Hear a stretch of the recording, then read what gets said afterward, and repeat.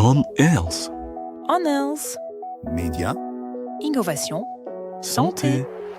Et si je vous disais que le médecin qui parlait le mieux aux adolescents n'était ni dans un cabinet, non plus à l'hôpital, ni même dans une salle d'attente, mais directement derrière l'écran dans un jeu vidéo.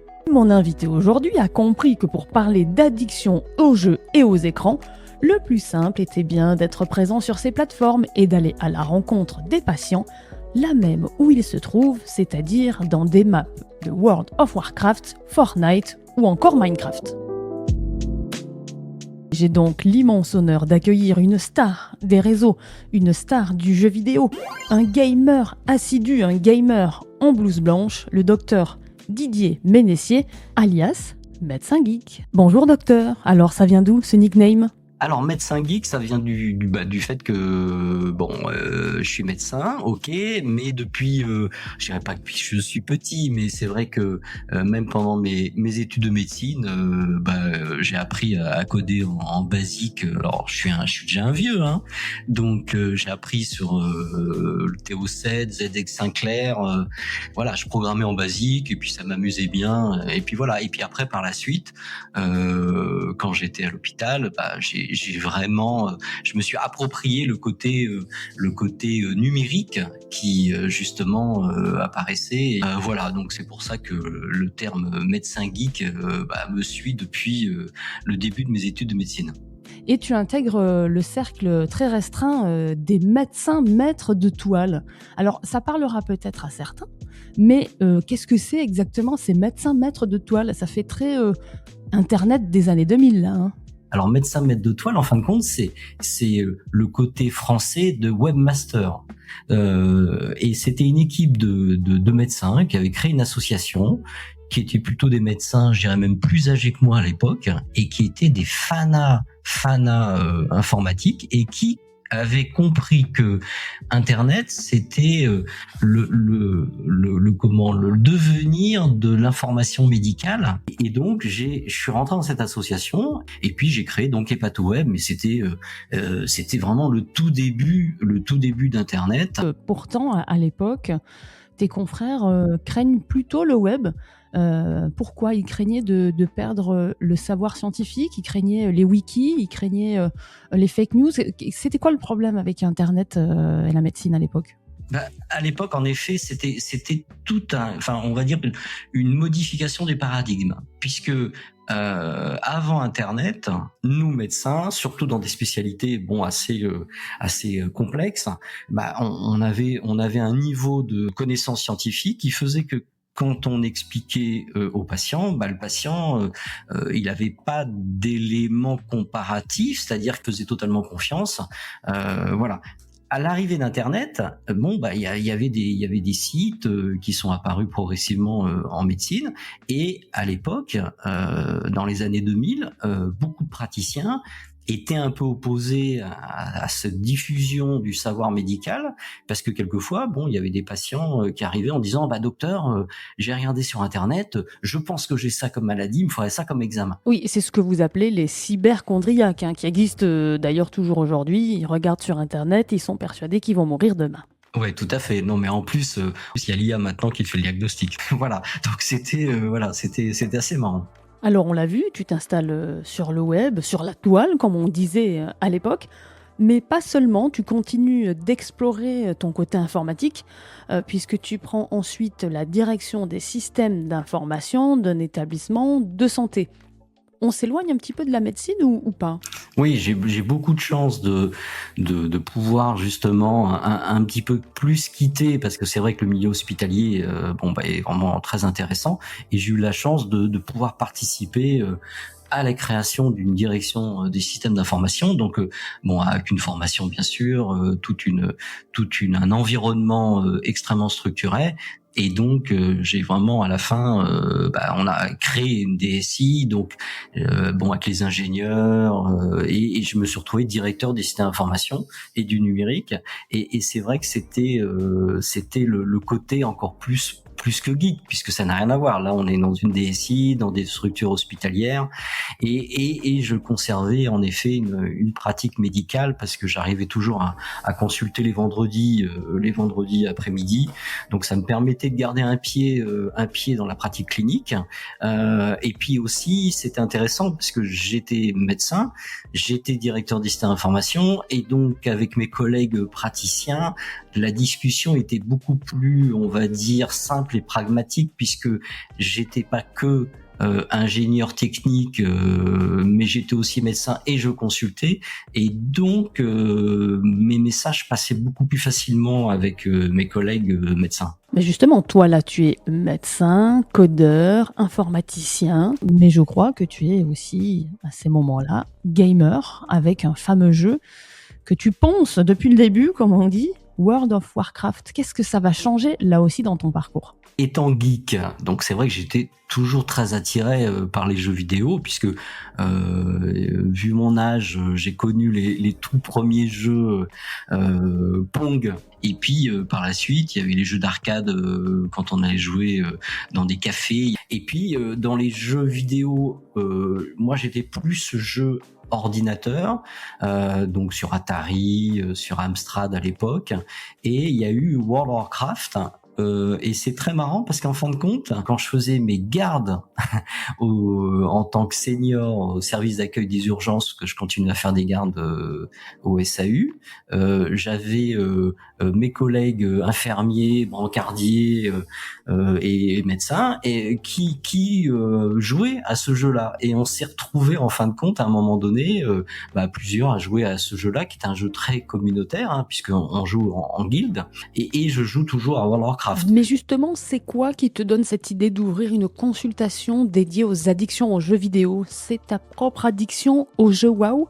C'est très simple, parce que je voulais ouvrir en 2020 ma consultation d'addiction aux jeux vidéo aux écrans, parce que je sentais que ça commençait un petit peu à bouger, il y avait des problématiques qui apparaissaient de plus en plus dans les médias. Malheureusement, il y a eu le Covid, donc ça a un petit peu décalé, et c'est un petit peu plus tard que j'ai pu ouvrir cette consultation, et qui m'a permis vraiment de concilier un peu tout, c'est-à-dire concilier aussi bien le côté médical, addictologue, ma passion des jeux vidéo, je parle jeux vidéo et écran aussi.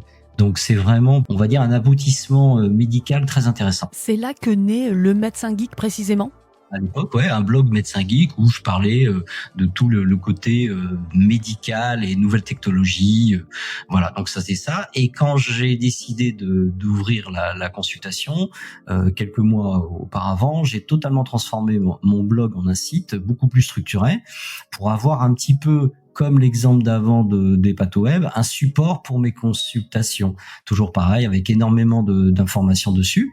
Et puis parallèlement, j'ai ouvert vers les réseaux sociaux. J'avais déjà bien sûr mon login, mon identifiant Médecin Geek dans les réseaux sociaux, mais j'ai créé après aussi sur TikTok, sur Instagram, des avatars IA. Je me suis dit, les avatars IA type format Pixar, je peux m'en servir pour faire de la prévention, surtout chez les plus jeunes. Donc je parle de thématiques très ciblées, donc par exemple le cyberharcèlement, le sexisme dans les jeux vidéo, et qui pour moi peuvent très bien servir déjà dans des collèges ou dans des écoles pour justement sensibiliser les plus jeunes. Donc c'est plus de ce côté-là, ou plutôt vers cette population que je cible, ces avatars IA, moins pour les adultes, bien que j'ai beaucoup de retours de boomers qui eux aiment bien. Ok, donc tu as des avatars sur ces plateformes, effectivement, mais tu as aussi décidé de créer des maps, et ça c'est vraiment incroyable, sur Roblox, Minecraft, et tout récemment sur Fortnite avec le chill de Médecin Geek, c'est-à-dire que tu as créé un perso de médecin virtuel dans ces jeux. Oui, l'idée, ça c'est un peu disruptif, nous sommes d'accord. Mais ce qui est quand même extrêmement intéressant, c'est de pouvoir discuter avec des joueurs dans leur milieu. Donc, ce que j'ai décidé, c'est de créer mes propres maps, donc mes propres jeux, puisque maintenant on peut le faire sur Roblox, Minecraft ou même sur Fortnite. Bon, Fortnite c'est un peu plus complexe. Ou sur Roblox, donc j'ai créé la clinique de médecin geek. Minecraft, c'est pareil, c'est-à-dire que les gens peuvent trouver de toute façon l'espace Minecraft qui s'appelle le sanctuaire de médecin geek. Et il y a Fortnite, et j'ai créé l'île chill de médecin geek, où là c'est pareil, c'est-à-dire que bon, les gens peuvent trouver l'île, ils peuvent aller jouer dedans.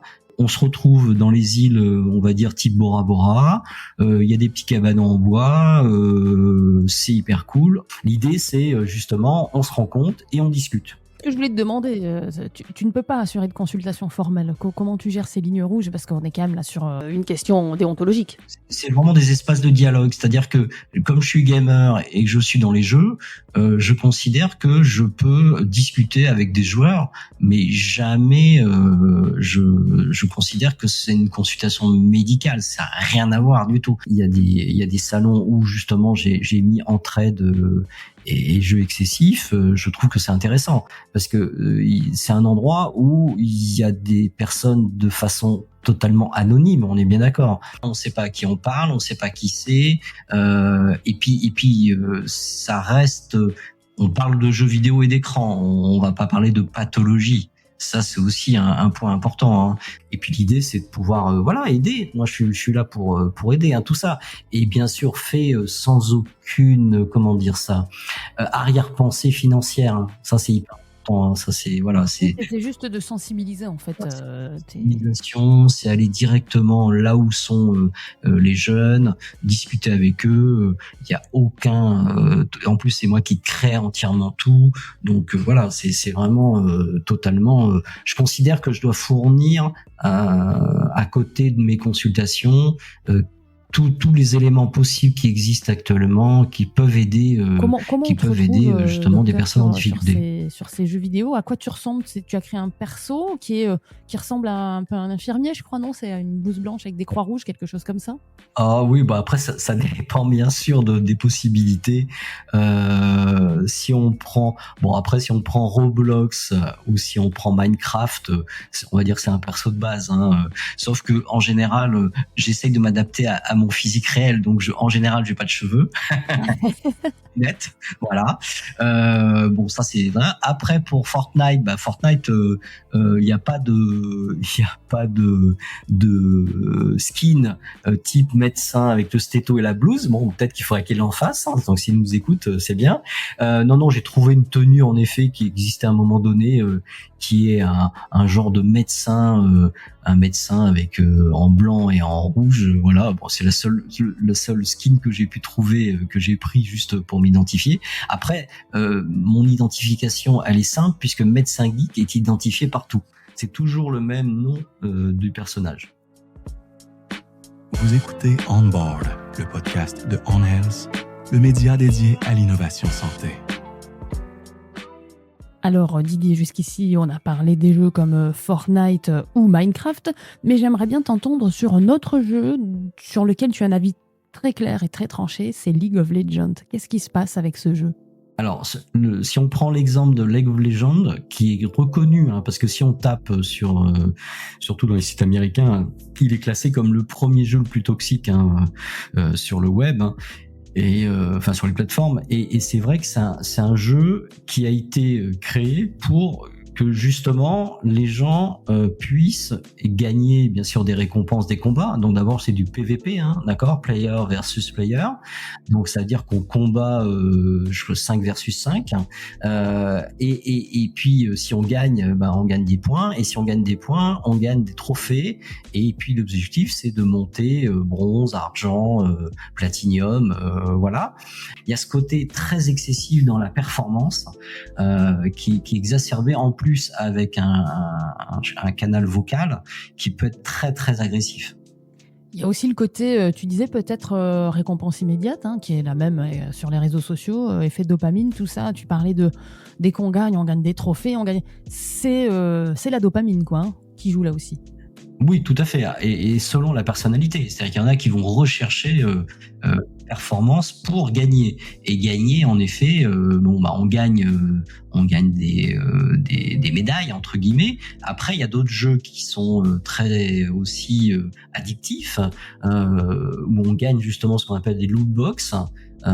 Qui permettent en gros, on a un coffre à butin, on est super content. Alors là, la dopamine, elle marche bien, hein, puisque coffre, on gagne, on l'ouvre. Alors bien sûr, c'est toujours extrêmement bien construit. Et quand ça s'ouvre, il y a des étoiles, et puis voilà, il y a le son, la musique, tout est extrêmement bien fait pour que justement la dopamine intervienne encore plus et qu'on est content, et qu'il y a certains joueurs qui recherchent en permanence cet effet loot box. Oui, on s'est pas rendu compte, Doc. C'est que en fait, là, on parle d'addiction aux jeux vidéo, mais là, on a couplé deux addictions. On a couplé l'addiction aux jeux vidéo et l'addiction au téléphone. Oui. Bon, c'est tout de même énorme, hein. Tout le monde, entre guillemets, peut jouer à un jeu vidéo. Mais maintenant, tout le monde est multiplateforme. Les jeux sont accessibles et téléchargeables partout. C'est-à-dire, on peut jouer aussi bien sur Fortnite, sur sa tablette, sur son ordinateur et sur son smartphone. Donc, obligatoirement, ça permet même dans les déplacements de continuer des parties. Une question qui est quand même importante, quand ces jeux, tu l'as dit, hein, par leur construction et leur programmation, sont conçus pour maximiser la rétention, la frustration, la dopamine, ce qu'on disait tout à l'heure, la récompense immédiate. À partir de quand, pour toi, le game design, ça cesse d'être du divertissement et ça devient une question et un problème de santé publique? On est bien d'accord que les industriels qui créent un jeu vidéo, c'est obligatoire, même s'il y a des phrases, quand on ouvre Warcraft, il y a toujours des petites phrases qui apparaissent juste quand on se connecte. La vie en jeu, c'est bien, mais la vie à l'extérieur... Des disclaimers qu'on lit jamais. Voilà, c'est les petits textes d'alibi en disant il n'y a pas que le jeu dans la vie. Bon, très bien, mais faut être honnête. Quelqu'un qui crée un jeu vidéo, c'est pour que les personnes puissent jouer et puis puissent jouer longtemps. Après, il y a tous les jeux en plus maintenant qui sont gratuits, mais dedans en plus il y a des achats intégrés, d'accord ? Donc on est dans un côté industriel de profit. Faut être clair. C'est exactement comme on discute. On pourrait parler de la même chose avec le tabac et l'alcool. Le tabac, c'est pour gagner de l'argent, ceux qui vendent des cigarettes. Donc faut pas être candide. C'est un gros business, quoi. C'est un très très gros business. Il y a un business. Quand on dit problème de santé publique, c'est vrai que c'est difficile. C'est-à-dire que on est dans une période où le jeu vidéo est présent très facilement partout.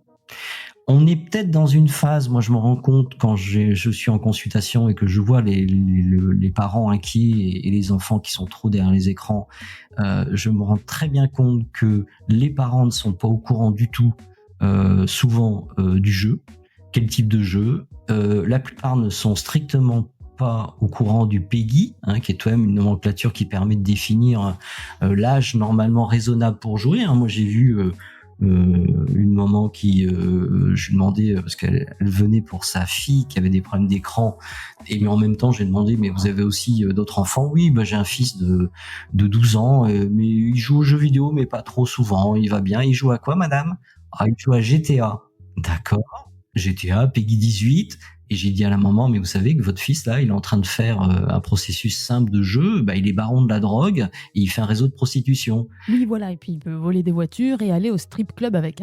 Voilà, donc il y a vraiment une méconnaissance. Après, moi, je reste très, très, on va dire, neutre ou agnostique, c'est-à-dire que je suis pas là pour critiquer ou pour dire c'est pas bien ou c'est bien. Je considère qu'il faut trouver le juste milieu. Et le juste milieu, c'est il faut connaître... d'une part un peu les jeux, si on veut un peu choisir plus les jeux pour ses enfants, et nous en tant qu'adultes aussi, il faut trouver le juste milieu. Moi, les personnes que je vois, quels que soient les âges, c'est l'usage problématique. Ça veut dire qu'à un moment donné, le jeu vidéo, ou on peut parler aussi de l'écran, bien sûr, avec les réseaux sociaux, devient le centre un petit peu de la vie de la personne. C'est-à-dire que la personne va commencer à réduire ses activités, va fixer en gros son emploi du temps, on va dire, centré sur l'écran, va moins sortir, et il va se rendre compte justement qu'il va être beaucoup plus centré, il va être derrière son écran. il va se rendre compte, vu quelquefois des disputes qui peuvent avoir lieu au sein de la famille, et ça je dis ça aussi bien quel que soit l'âge, puisque moi j'ai vu des adultes de 45-50 ans qui se faisaient engueuler par leur femme parce que justement sur le plan pratique, ils étaient derrière la console de jeu en permanence. Voilà, c'est-à-dire que malgré l'élément négatif, la personne va continuer. Donc on est un peu dans des critères d'addiction, d'accord, qui va faire que c'est un usage problématique, puisque là on va avoir un retentissement sur la vie professionnelle, la vie scolaire, la vie universitaire, voilà. C'est là où ça commence à devenir problématique. Alors pour conclure, tu l'as dit toi-même, on parle aujourd'hui d'interdire, certains pays veulent interdire les réseaux sociaux, notamment aux plus jeunes, pour limiter le temps des écrans. Est-ce que tu penses qu'il faut plus de contrôle aussi sur les jeux vidéo, ou c'est peine perdue, et tu l'as dit tout à l'heure, c'est du business, et donc on est dans un système qui est libéral, qui fait que tu peux créer des jeux et vendre tes jeux sans aucun problème? Oui, là, en effet, depuis ça va faire plusieurs mois, il y a énormément plus de rapports ministériels qui sont demandés, et il y a plusieurs pays qui ont commencé à réagir.